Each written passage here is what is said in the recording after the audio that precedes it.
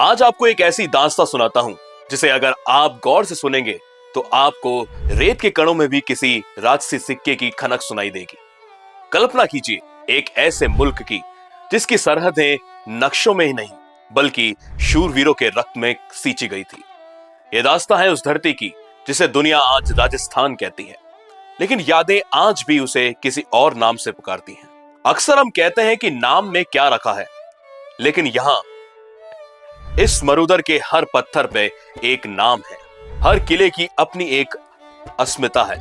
आज हम जिस राज्य को राजस्थान के नाम से जानते हैं, जो अपनी संस्कृति, कला और वीर सुपूतों की गौरव गाथाओं से पूरी दुनिया में एक अपनी अलग ही आभा बिखेरता है, जिसे देखकर आंखों में एक अजीब सा सुकून और रूह में एक गर्व उभरता है।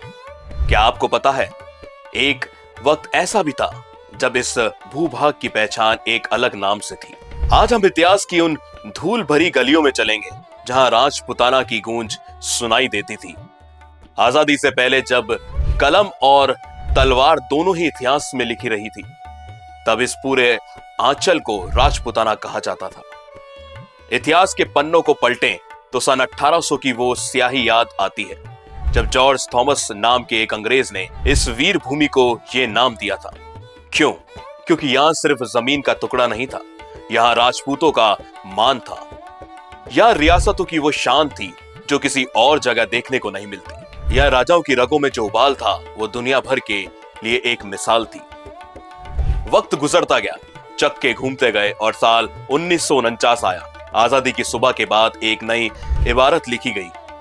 बिखरती हुई रियासतों जो कभी अपनी आन बान के लिए अलग अलग जानी जाती थी, उन्हें एक सूत्र में पिरोने का वक्त आ गया था। उस समय कुल 22 रियासत थी जो एक दूसरे से स्वतंत्र, एक दूसरे से बेपरवाह अपनी अपनी शान में मग्न थी। जोधपुर की विशालता से लेकर अजमेर मेवाड़ की उन छावनियों तक जो अंग्रेजों की सीधी नजरों में थी। लेकिन फिर वो करिश्माई दौर आया। सरदार वल्लभ भाई पटेल, जिन्हें हम लोहा पुरुष कहते हैं, उन्होंने जयपुर की उस धरती पर खड़े होकर वो घोषणा की जिसने इतिहास को नया मोड़ दिया। 30 मार्च 1949 का वो दिन जब इन तमाम बिखरी हुई रियासतों को एक भव्य वृद्ध राजस्थान का रूप दिया गया। तब से लेकर आज तक हर साल 30 मार्च की तारीख इस मिट्टी के स्वाभिमान का प्रतीक बन गई है। राजस्थान सब शब्द से ही अपने आप में एक पूरी परिभाषा समेटे हुए है। संस्कृत का वो मूल, राजाओं का स्थान, 18 मार्च 1948 से शुरू हुआ वो सिलसिला, 7 चरणों की वो लंबी और कठिन प्रक्रिया 1 नवंबर 1956 तक चली। कोई मामूली सफर नहीं था।